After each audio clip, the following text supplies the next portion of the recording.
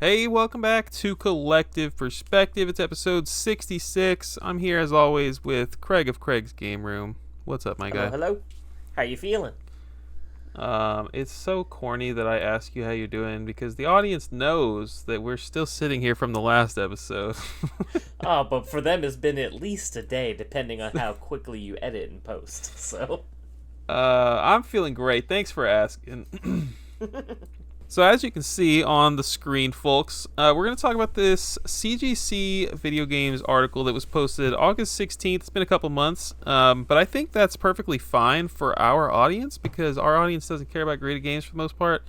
but we care about them because Yes. we love everything that's useless. Yes, please tell your graded games friends to watch us because we are not haters of graded games. But anyways, No, we need to give Greg from Get the Greg Game some competition. this is a short article. I'm going to read through it. We can pause and discuss as we go through it. But essentially, what's happening here is CGC, one of the three graded games companies, announced that they are going to be introducing 100% CIB designation. Now, what the heck does that mean?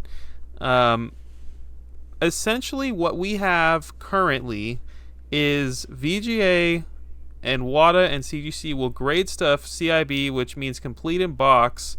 But you can just send in a cartridge, a manual, and a box, or you can send in a cartridge, manual, box, and 22 different inserts, and that still just qualifies as complete in box.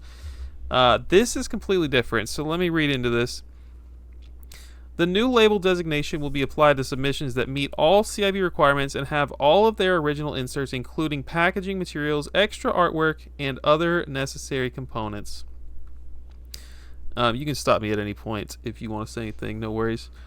Okay, go ahead. There are several ways to collect complete in-box games. At its core, a CIB game consists of a game including the box, manual, and game cartridge or disc. Many consider a CIB game to include these three components at least. Have you ever heard CIB stand for cartridge, inserts, and box? No. That's like a thing. People say? I think the majority of people say complete in box, but I have heard people say cartridge, inserts, box. I don't know. Fucking I don't know which nerds? came What? first. That is definitely made up. I don't believe you. I've never heard that in all my years of this hobby. That is wild to me. No way.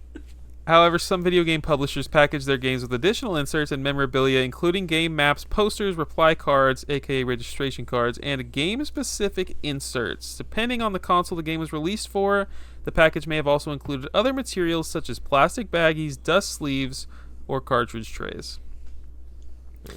Okay.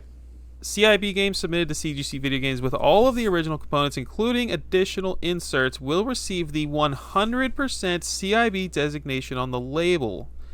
To be eligible for the designation, a CIB submission must consist of a matching box, quote the word matching there, that's important, cartridge and manual, as well as any game-specific console or publisher inserts. The game must also include its original packing materials such as dust sleeves, cartridge trays, and baggies. They went the extra mile with that one. That's pretty crazy. The baggie. You better not submit your Ninja 5.0 without its little baggie over the GBA cartridge. Or CGC is coming for you. And then they say original plastic wraps are not necessary. I'm assuming that's talking about the seal of the game. Yeah, because that would be... I think that would definitely be a stretch too far because that's not part of the innards. But I love this, honestly. It's I think it brings into the question how much knowledge we have on what a game ever truly actually came with, because I can't imagine everything that's going to be submitted CIB with the hopes of getting it the 100%. We know exactly what they came with.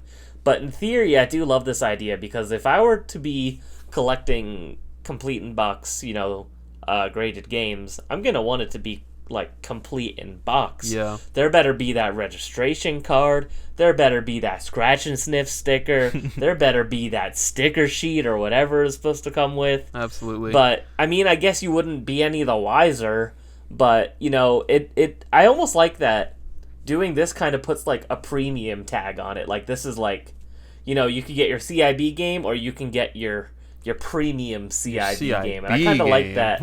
Exactly, your CIB capital I for inserts. I guess I've never heard that. It's disgusting, but no, I really do like. In theory, I think this is awesome. I do question though the validity of actually knowing everything that came with every printing of every game, because I don't know if we really have that information to fully, confirm or deny what would be 100% for what they're doing. You and I are on the same wavelength. Like, I freaking love you, man, because we haven't talked about this, audience. Me and Craig haven't talked about this. Yeah, I haven't seen this article until he's read it to me now, so. This is exactly what I wanted to discuss. These are the notes I took, and he's already talking about it. Yeah, so, like, you don't know if a game came with... It's not just, like, on Google. It's not just on CGC's website. You have no idea what actually came with this copy of Mega Man 5 right here. You can't just Google this crap. Like, we as video game collectors have not done a great job of just, like, documenting just this information. Me making a list on Video Game Stage gets seen by, like, 3 people, and no one cares about it. Like, this type of information is documented by the true hobbyists that are on Video Game Stage and used to be on Nintendo Age. Like, NES is super researched, and we still don't know what comes with all 700 games on this console. It's pretty crazy.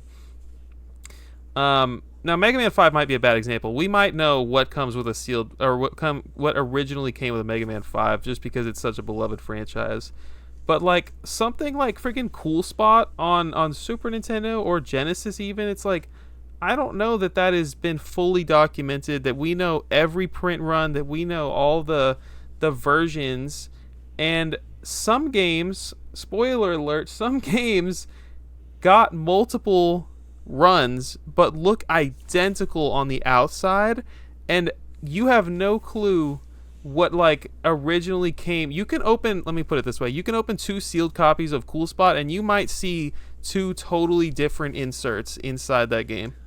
Yeah, I mean, that's like, recent example, you and I were talking about GameCube games, at trying to figure out if certain games came with things or not, and I was telling you, I'm like, hey, I have friends who have opened up, like, a sealed copy of this Hot Wheels game, and they've opened up more than one copy. One copy had an insert for, like, an online code, and one of them didn't. There's no way to know unless you actually opened it. So a lot of these games, there's no differentiation. I don't even know what I'm saying.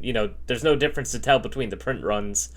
So you're not going to even know what actually came with it or not. Because it's like, technically they're both fully CIB, but one seems extra CIB. It's very strange. Like, you can't have both those copies, and I wouldn't say that one Hot Wheels is not fully complete, because it didn't actually ever come with it. But how are you supposed to know at that point if... How is CGC supposed to know? Yeah, exactly. And it's like, if you look at the back of the box, you look at the barcode, all these other different things, it's all the exact same. So, it's like, there's no way to know if games were randomly seeded with stuff or not. Because that certainly has happened, and I've seen it with my own eyes, so to say. So, yeah, this is. I also wrote down that exact GameCube example because we were just talking about it. Let me finish reading this article here. If a game has a mismatched component or a reproduction item, such as a replacement cartridge tray, the game will not be eligible for CGC Video Games 100% CIB designation. That's crazy. People have been replacing cartridge trays and baggies for decades. Mm-hmm. And I have almost, like, convinced myself that, like, I'm fine with that. Maybe I am fine with that. Like, it's such a, like, the styrofoam blocks, are they going to be concerned that those Saturn are legit? Or something, yeah. That's crazy. Crazy. And that's one of those things that's like, it might sound silly, but you can't fake age. They probably would be able to tell that this is, like, a recent foam block. Yeah. Or, like, a recent little baggie for your GBA games, opposed to something else newly made, which is very fascinating to think about. It's like, okay, everything about this, let's look at this Mega Man 5. Everything that came here is just a piece of cardboard or plastic or circuitry that was on a freaking factory. It shouldn't be something that humans as a society give a dang about, but here we are spending thousands of dollars on it. But like the foam block, nobody cares if you replace that. No, like you shouldn't. It shouldn't be a big deal if the foam block or the cartridge baggie are just not the factory official Nintendo licensed bag. I think that's insane. I will correct you and say that there's definitely people that do care, but they probably do care. Like, calm yourself, calm down. It's all right. Additionally, some circumstances may disqualify a CIB submission from receiving the 100% CIB designation. For example, if a game has an identifying mark removed from a component, such as a matte sticker seal or a cartridge label, the game will not receive the designation. I think that's cool. That's fair.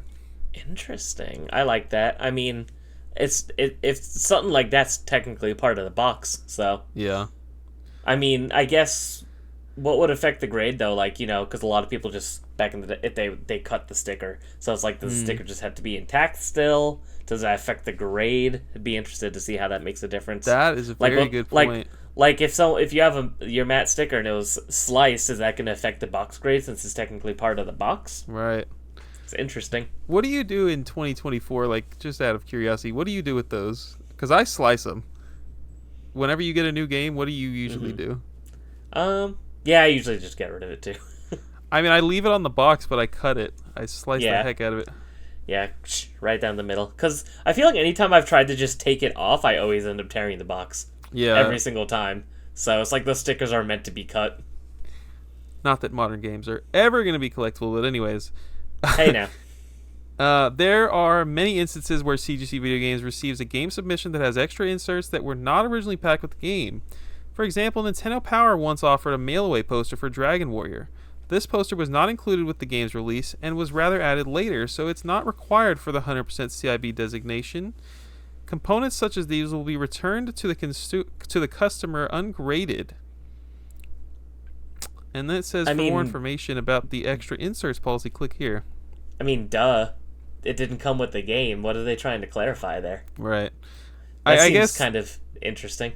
I guess they're trying to dissuade people from being like, oh, look at all these inserts I have. This must be 100% CIB.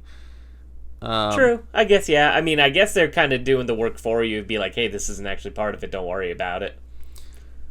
The addition of the one... Go ahead. I was just going to say, it's not like you're going to get bonus points for doing extra homework, you know? Yeah. I think they probably had to make that statement. Fair. The addition of the 100% CIB designation is at the discretion of CGC Video Games experts, who have built the most comprehensive database of video game materials and components in the industry. The company's experts will use this information to accurately determine if a CIB submission has all of its original components. All right. And then if you actually click that link, I'm not going to read all this, but it does have releases and materials not eligible for CGC grading, and they have a whole ton of a whole ton of stuff listed. So shout out to them. What I do want to mention here is CGC. We saw them, a year or two ago. We did our freaking videos on the CGC collecting guide. Mm-hmm. And CGC, more than WATA and VGA, seems to be doing the most actual research here, and I can appreciate that. If any one of the three of those was gonna start doing this CIB 100% CIB stuff, I think CGC seems to be the most equipped for it. They seem to be doing the research, putting in the work, and I am excited for the future of this. If they can start to I bet they will start putting out guides for 100% complete games, then awesome. That is just amazing for us as a hobby. Yeah, that'd be really cool if they started doing that. It's CGC definitely is but I mean WATA does too, if you want to find a game variant, WATA usually has the information for it. So it's they're all putting in the work except for VGA, because you still can't even look through their website. It's disgusting. But I don't know. Overall, I'm personally just a CGC fan anyway. You know, when it comes to games, cards, comics, they're the slab I think is the most pleasing to look at. So, and the whole point of these things is that they're display pieces, so I want it to be pleasing to look at. Yeah. So I'm gonna be rooting for CGC. Like I said, I think that this could be a little bit messy, but for the most part, I think it's a really good, cool idea, a cool initiative. And if it is something that you can't confirm, like I said, it's almost like having the premium version, which is kind of cool to have like that extra certification on there. So I'm all for it. I like it. It seems like they have hired enough people, enough experts to know that, like, you know, what we've already mentioned. There are games that came sealed and had two completely different sets of inserts. It'd be interesting to see how they handle that situation. Do you think they just have like a dedicated amount of money per year where they just buy a ton of old sealed games and they tear them open and that's where they get their information from? That would be so cool if that were true. That'd be the best job ever. Yeah, I would dude. want to be that guy so bad. Just be opening up brand new like mint SNES, NES games. That'd be so Man. cool. If you exist out there, guy, give me your job. I mean, that would be really smart. That's an investment in your own company, like to for the long road. That is a Yeah, because you're like, we have the knowledge and the verification of what, you know, what is. That would be a selling point. Makes you look more like you're the expert. So that wouldn't really be a bad. It'd be expensive, but it's not really a bad investment either. Yeah. I mean, this company makes money hand over fist. Yeah. It costs a lot of money to get your shit graded. So. So yeah, this is a 2-month-old article. This is the first I'm hearing of it. Let me know what y'all think in the comments. Join the Discord. Come chat with us. But I overall pretty excited about the future of like what this is gonna mean. I think CGC is killing it so far. Would love to see them keep updating that collecting guide. We're definitely gonna be looking at like news articles from CGC. They have a whole section of just like stuff like this. They're constantly putting out cool stuff like this, and I think it'll be good to talk about some topics from CGC from time to time. Oh yeah, I mean, there's nothing you and I love more as collectors than money laundering. So we're gonna keep up the graded game talking. We're gonna make sure it's always a topic of discussion. We want everybody to be angry and engagement bait. So we'll keep the graded games content coming. You took the words right out of my mouth. Thank you guys for watching, and we will see you next month for a couple more episodes. Take care.